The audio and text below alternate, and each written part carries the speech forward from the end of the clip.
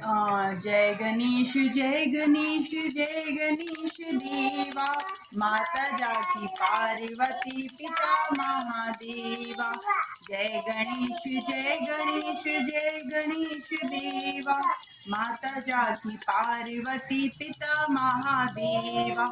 एक दंत दयावंत चार भुजाधारी, मस्तक सिंदूर सोहे मूस की सवारी। जय गणेश जय गणेश जय गणेश देवा, माता जाकी पार्वती पिता महादेव। अरे पहले गणेश जी की आरती करी। महादेव एक दंत दयावंत चार भुजाधारी, मस्तक सिंदूर सोहे मूस की सवारी। जय गणेश जय गणेश जय गणेश देवा, माता जाकी पार्वती पिता महादेवा। प्रथम आपको पूजत शुभ मंगल दाता, सिद्धि होए सब कार्य दारिद्र हर जाता।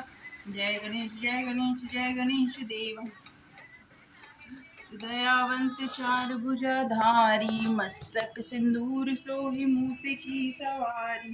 जय गणेश जय गणेश। अरे सुनो अम्मा पढ़ वो बुक यहाँ रखो बच्चे, माता यहाँ नहीं रखते हैं, नीचे नहीं रखते हैं। ये नहीं यहाँ। अरे सुन क्या कर रही हो, यहाँ रखो।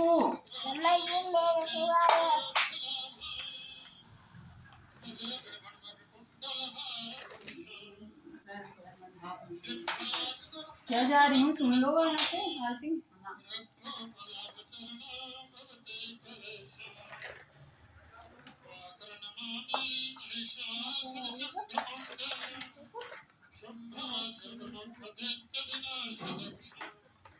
माता रानी का दूसरा दिन। दधाना करश दमाभ्याम माला कमंडलु, देवी प्रसिद्धतु मयि ब्रह्मचारिण्युत्तमा।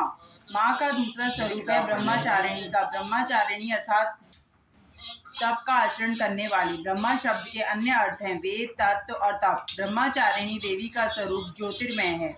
दाहिने हाथ में माला एवं बाएं हाथ में कमंडलु है। वस्तुतः ब्रह्मचारिणी शैलपुत्री का ही अंश रूप है।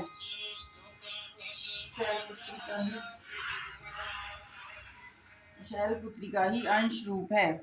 नारद के उपदेश से इन्हीं देवी ब्रह्मचारी ने भगवान शंकर जी को पति रूप में प्राप्त करने के लिए तपस्या की। इसी तपस्या के कारण इन्हें ब्रह्मचारिणी नाम से पुकारा गया। तप काल में 1000 वर्ष इन्होंने केवल फूल फल मूल खाए। 100 वर्षों तक केवल छां की। कुछ दिनों तक खुले आकाश के नीचे वर्षा और धूप के भयानक कष्ट सहे। इसके पश्चात 3000 वर्षों तक जमीन पर टूटकर गिरे बेलपत्रों को खाया। भगवान शंकर की दिन रात आराधना की। इसके बाद सूखे बेलपत्रों को भी खाना छोड़ दिया। कई हजार वर्षों तपस्या से तीनों लोकों में तहलका मच गया। जो तक निर्जल और निराहार तपस्या करती रही। पत्तों को भी खाना छोड़ देने के कारण उनका नाम अपर्णा पड़ा। उनकी इस तपस्या से तीनों लोकों में तहलका मच गया। देवता, ऋषि, सिद्धगण, मुनि सभी ब्रह्मचारिणी देवी की तपस्या को सराहना करने लगे। पितामह ब्रह्मा जी ने आकाशवाणी की ओर उनसे कहा, हे देवी, किसी ने भी ऐसी कठोर तपस्या नहीं की। तुम्हारे इस अलौकिक तप की सब ओर से सराहना हो रही है। तुम्हारी मनोकामना पूर्ण होगी।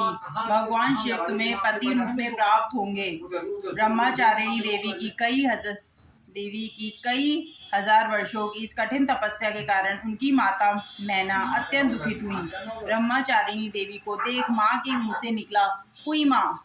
तब से देवी ब्रह्मचारिणी का नाम उमा भी पड़ गया। माँ दुर्गा जी का यह दूसरा स्वरूप भक्तों और सिद्धों को अनंत फल देने वाला है। दुर्गा पूजा के दूसरे दिन इन्हीं के स्वरूप की उपासना की जाती है। पहला अध्याय भगवती की महिमा तथा मधु कैटभ वध।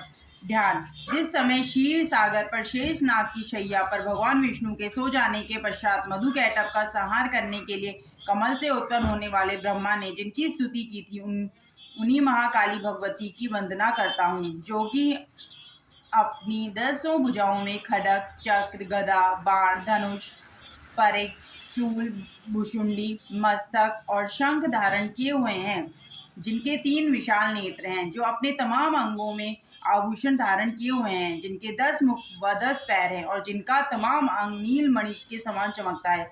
श्री मार्कंडेय जी ने कहा कि सारवणी नामक सूर्यदेव के पुत्र 8वें मनु कहाए हैं। मैं उनकी उत्पत्ति विस्तार पूर्वक सुनाती हूँ। अब तुम ध्यान से सुनो। वे रवि की छाया से उत्पन्न पुत्र, महाभाग्यशाली सारवणी आदि जाति की कृपा से, ज्योति की कृपा से मनवंतरों का स्वामी जिस प्रकार हुआ, सो ध्यान पूर्वक मन लगाकर सुनो। पहले स्वरोचिष मनवंतर में चैत्र वंश में उत्पन्न सुरत नाम का राजा था, जिसका समस्त भूलोक पर राज्य था। वह प्रजा का अपने पुत्रों की भांति धर्म पूर्वक पालन करता था। राजा सुरत की राजधानी कोला नगरी थी। उस समय अनेक राजा उनका अनिष्ट करने पर तुले हुए थे। दूसरों को कठिन दंड देने के अभिप्राय से राजा सुरत का विध्वंसियों के साथ घोर युद्ध हुआ और उन सबके पास युद्ध की सामग्री न होते हुए भी राजा सुरत को पराजय का सुख मुख देखना पड़ा। तत्पश्चात राजा सुरत लौटकर अपने नगर में आ गए और वे केवल अपने देश मात्र के ही स्वामी रह गए, परंतु वहां भी वे शत्रुओं द्वारा घेर लिए गए। अब तो नगर में भी वे विवश हो गए, क्योंकि उनके ही दुष्ट मंत्रियों द्वारा दुर्बल राजा सुरत का कोष, सेना आदि धोखे से अपने अधिकार में कर लिए गए। इस प्रकार स्वामित्व छिन जाने पर राजा सूरज शिकार के बहाने से अकेले घोड़े पर सवार होकर सघन वन में जा पहुंचे। उसी वन में सर्वश्रेष्ठ श्री मेधा ऋषि का आश्रम अत्यंत शांत और रमणीक था। वहां अनेक प्रकार के पशु, पक्षी, हरिण और ऋषि कुमारों के वातावरण से वह बहुत सुहावना नजर आता था। राजा सूरत के वहां पहुंचने पर मेधा ऋषि ने उनका बहुत कुछ सत्कार किया। मुनि द्वारा सत्कार पाकर राजा सूरत वहां आश्रम में कुछ दिन ठहर गए। एक दिन राजा सूरत को अपने देश और राज्य का मोह आ गया और सोचने लगा कि जो नगर मेरे पूर्वजों द्वारा पालित था वह मुझसे रहित हो गया। मैं नहीं जानता कि वे दुष्ट दुराचारी मेरे मंत्री आदि नौकरी मेरी प्रजा के साथ कैसा व्यवहार करते होंगे, और ये भी नहीं मालूम कि सदैव मस्त और मत वाला रहने वाला मेरा हाथी, जो शूरवीर और प्रमुख था, आज शत्रुओं के वश में हो जाने पर कैसा रहता होगा। धन की प्राप्ति को जो लोग मेरे पीछे पीछे रहा करते थे, आज शत्रुओं के अधीन न जाने कैसे कैसे कष्ट पाते होंगे, और हमने अत्यंत कष्टों से जो धन एकत्रित किया था उसे वो दुष्ट लोग नष्ट करते होंगे। इस प्रकार राजा सूरत अनेक बातें याद करते हुए चिंताओं के सागर में डूब रहे थे। एक दिन उन्होंने वहां मेधा ऋषि के आश्रम से निकट एक वैश्य को देखा, जो राजा की भांति ही शोक सागर में डूबा हुआ था। राजा सूरत ने उनसे पूछा कि हे भाई, तुम कौन हो और यहाँ इस सघन वन में किस लिए आए हो? अपने शोक और चिंता का कारण बताओ, मैं सुनना चाहता हूँ। राजा के इस प्रकार प्रेम भरे वचन सुनकर वह वैश्य नम्रता पूर्वक बोला, हे राजन, मैं वणिक पुत्र हूँ और मेरा नाम समाधि है। मेरा जन्म धनाढ़ घराने में हुआ था। मेरे बेशुमार धन को देखकर धन के लोभी मेरे स्त्री पुत्रों ने मुझे निर्दयता पूर्वक घर से निकाल दिया है। अतः मैं अपने इष्ट मित्रों आदि से विहीन शोकातुर होकर निकल आया हूँ। इस समय वे सब कैसे होंगे, दुखी होंगे या सुखी, बस उन्हीं की चिंता में व्याकुल हूँ। समाधि वैश्य की यह बात सुनकर राजा सूरत बोले कि हे समाधि, जिन धन के लोभी पुत्रों ने तुम्हें घर से निकाल दिया, आश्चर्य है कि फिर तुम्हारे चित्त में उनके प्रति इतना स्नेह बंधन क्यों है? समाधि बोला कि महाराज, आप सत्य कहते हैं, परंतु क्या करूं, 1000 प्रयत्न करने पर भी उनका ख्याल भुलाया नहीं जाता। जिन सज्जनों ने मेरे साथ कठोर व्यवहार किया, फिर भी मेरी आत्मा उनके लिए इतनी बेचैन है। ये मैं स्वयं नहीं समझता कि ऐसा क्यों हो रहा है। ऐसे दुष्ट और विरोधी गुण वाले उन दोषी बंधुओं की ओर मेरा मन क्यों खींचा जा रहा है? हे राजन, उन सबके गम में मैं सांसें मारता हूँ और उन्हीं सबकी चिंता मुझे रह रहकर सताई जाती है। न जाने उन प्रेमहीन कुटुंबियों की ओर से मेरा मन क्यों कठोर नहीं होता। श्री मार्कंडेय जी बोले, इसके बाद राजा सूरत और समाधि नामक वैश्य दोनों साथ साथ मेधा मुनि की सेवा में उपस्थित हुए और उनके साथ यथा योग्य न्यायानुकूल विनयपूर्ण बर्ताव करके बैठ गए। फिर मेधा मुनि को अपनी ओर आकर्षित करके राजा सूरत ने कहा कि हे भगवान, मैं आपसे एक बात पूछना चाहता हूँ, उसे बताइए। इस समय मेरा चित्त अपने अधीन न होने के कारण वह बात मेरे मन को दुख देती है। जो राज्य मेरे हाथ से चला गया है उसमें तथा उसके संपूर्ण अंगों में मेरी ममता बनी हुई है। हे मुनिश्रेष्ठ, यह जानते हुए भी कि वह मेरा नहीं है। अज्ञानी की भांति मुझे उसके लिए दुख होता है। ऐसा क्यों है? इधर यह वैश्य भी घर से अपमानित होकर आया है। इसके स्त्री, पुत्रों, सेवकों तथा स्वजनों ने इसको छोड़ दिया है, तो भी यह उनके प्रति हार्दिक स्नेह रखता है। इस प्रकार हम दोनों अत्यंत दुखी हैं, जिसमें प्रत्यक्ष दोष देखा गया है। उस विषय के लिए भी हमारे मन में ममतापूर्ण आकर्षण पैदा हो रहा है। महाभाग, समझदार होते हुए भी हम में जो विवेक रहित प्रत्यक्ष मूर्ता दिखाई देती है, यह क्यों है? ऋषि बोले, महाभाग, विषय मार्ग का ज्ञान सब जीवों को है। इसी प्रकार विषय भी सबके लिए अलग अलग है। कुछ प्राणी दिन में नहीं देखते, कुछ रात में नहीं देखते तथा कुछ जीव ऐसे हैं जो दिन और रात में बराबर ही देखते हैं। केवल मनुष्य ही समझदार होते हैं, यह बात नहीं। पशु, पक्षी तथा मृग आदि सभी प्राणी समझदार होते हैं और उनकी समझ भी एक दूसरे जैसी होती है। इसके अतिरिक्त अन्य बातें भी दोनों में समान होती है। इन पक्षियों को देखो, ये स्वयं भूखे होने पर भी मोह वश बच्चों की चोंच में कितने चाव से अन्न के दाने डाल रहे हैं। नरश्रेष्ठ, क्या तुम नहीं देखते कि ये मनुष्य समझदार होते हुए उपकार का बदला पाने के लिए पुत्रों की अभिलाषा करते हैं? यद्यपि उनमें समझ की कमी नहीं है, तथापि सांसारिक बनाए रखने वाले भगवती महामाया के प्रभाव द्वारा ममता रूपी भंवर के गहरे गड्ढे में गिराए गए हैं। इसलिए इसमें आश्चर्य नहीं करना चाहिए। भगवान विष्णु की योग निद्रा रूपी भगवती महामाया द्वारा यह जगत मोहित हो रहा है। वे भगवती महामाया देवी ज्ञानियों के भी चित्त को बलपूर्वक खींचकर मुंह में डाल देती हैं। वे ही इस संपूर्ण जगत की उत्पत्ति करती है तथा प्रसन्न होने पर मनुष्यों को मुक्ति के लिए वरदान देती हैं। वे ही पराविद्या, संसार बंधन और मोह का कारण सनातनी देवी संपूर्ण ईश्वर की भी अधीश्वरी हैं। मेधा ऋषि की यह बात सुनकर राजा सूरत ने पूछा, भगवान, वह देवी कौन है जिन्हें आप महामाया बताते हैं? ब्रह्मा वेताओं में श्रेष्ठ है महर्षि। उन देवी की उत्पत्ति, प्रभाव, चरित्र स्वरूप मैं आपके मुख से सुनना चाहता हूँ। ऋषि बोले, राजन, वह देवी नित्य स्वरूपा है। यद्यपि जगत उन्हीं का रूप है और वे समस्त विश्व में व्याप्त हो रही हैं, फिर भी उनकी उत्पत्ति अनेक प्रकार से होती है। वह मुझसे सुनो। यद्यपि वे नित्य और अजन्मा है, तथापि जब देवताओं का कार्य सिद्ध करने के लिए प्रकट होती है, उस समय लोक में उत्पन्न हुई कहलाती हैं। कल्प के अंत में जब समस्त संसार जल में था और एकमात्र विष्णु भगवान शेषनाग की शैया पर योग निद्रा में सो रहे थे, उस समय उनके कानों की मैल से मधु और कैटव नामक दो भयंकर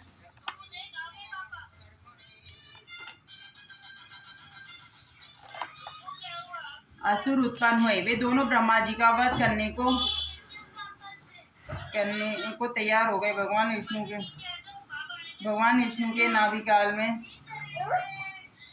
के नाभि काल में विराजमान प्रजापति ब्रह्मा जी ने उन भयानक असुरों को अपने पास बुलाया और भगवान को सोया हुआ देखा, तो वे एकाग्रचित होकर भगवान विष्णु को जगाने के लिए उनके नेत्रों में निवास करने वाली योग निद्रा, जो विश्व की अधीश्वरी, जगत को धारण करने वाली, संसार का पालन तथा संहार करने वाली तेज स्वरूप भगवान विष्णु की अनुपम शक्ति भगवती निद्रा देवी है, की स्तुति करने लगे। ब्रह्मा जी ने कहा, हे देवी, तुम ही स्वाहा, स्वधा और वस्त्रकार हो। स्वर भी तुम्हारे ही स्वरूप है। तुम ही जीवनदायिनी अमृत हो। नित्य अक्षर प्रणव में अकार, उकार, मकार, इन तीन मात्राओं के रूप में तुम ही स्थित हो तथा इन तीन मात्राओं के अतिरिक्त जो बिंदु रूपा नित्य अर्ध मात्रा है, वह भी तुम ही हो। देवी, तुम ही संध्या, सावित्री तथा परम जननी हो। देवी, तुम ही इस विश्व को धारण करती हो। तुम ही से इस जगत की उत्पत्ति, पालन तथा संहार होता है। तुम ही महाविद्या, महामाया, महामेधा, महास्मृति, महामोह रूपा, महादेवी और महासूरी हो। त्रिगुण रूपा, महाकालरात्रि, महारात्रि, मोहरात्रि, श्री ईश्वरी ही, बुद्धि, लज्जा, तुष्टि, पुष्टि, शांति और क्षमा तुम ही हो। खड्ग, शूल, गदा, चक्र, शंख, धनुष, बाण, भुषुंडी तथा परिघ, ये तुम्हारे अस्त्र हैं। संसार के जितने सुंदर पदार्थ हैं, तुम उन सबसे अधिक सुंदरी हो।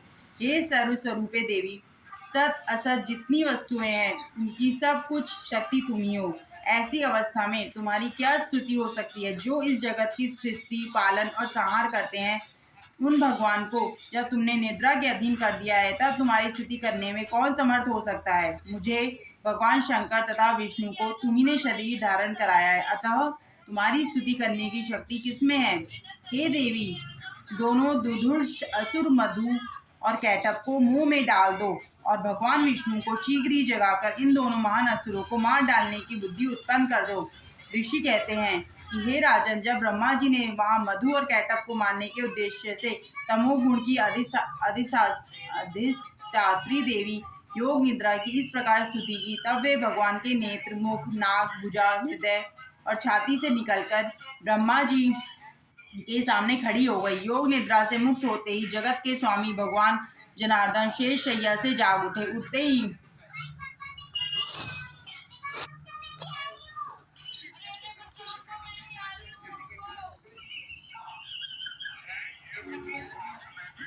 जो ब्रह्मा जी ने वहां मधु और कैटअप को मारने के उद्देश्य से तमोगुण की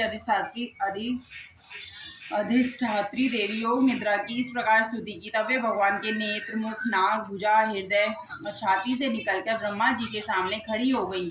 योग निद्रा से मुक्त होते ही जगत के स्वामी भगवान जनार्दन शेष शैया से जाग उठे।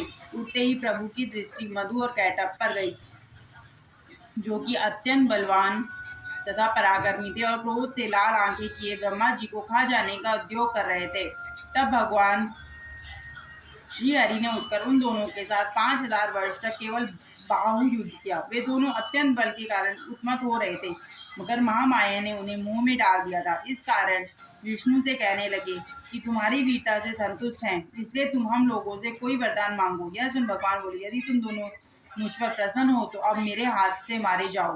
बस इतना सा ही मैंने वर मांगा है। मेघा ऋषि कहते हैं कि इस प्रकार ठगे जाने पर उन्होंने चारों ओर जल ही जल देकर भगवान से कहा कि जहाँ पृथ्वी जल में डूबी हुई ना हो, जहाँ सूखा स्थान हो, वहीं हमें मार सकते हो। इतना सुनते कि तथास्तु कहकर शंख, चक्र और गदा धारण करने वाले भगवान ने इन दोनों के मस्तक अपनी जंघा पर रखकर चक्र से काट दिए। इस प्रकार ये महामाया देवी ब्रह्मा जी द्वारा स्तुति किए जाने पर स्वयं प्रकट हुई थी।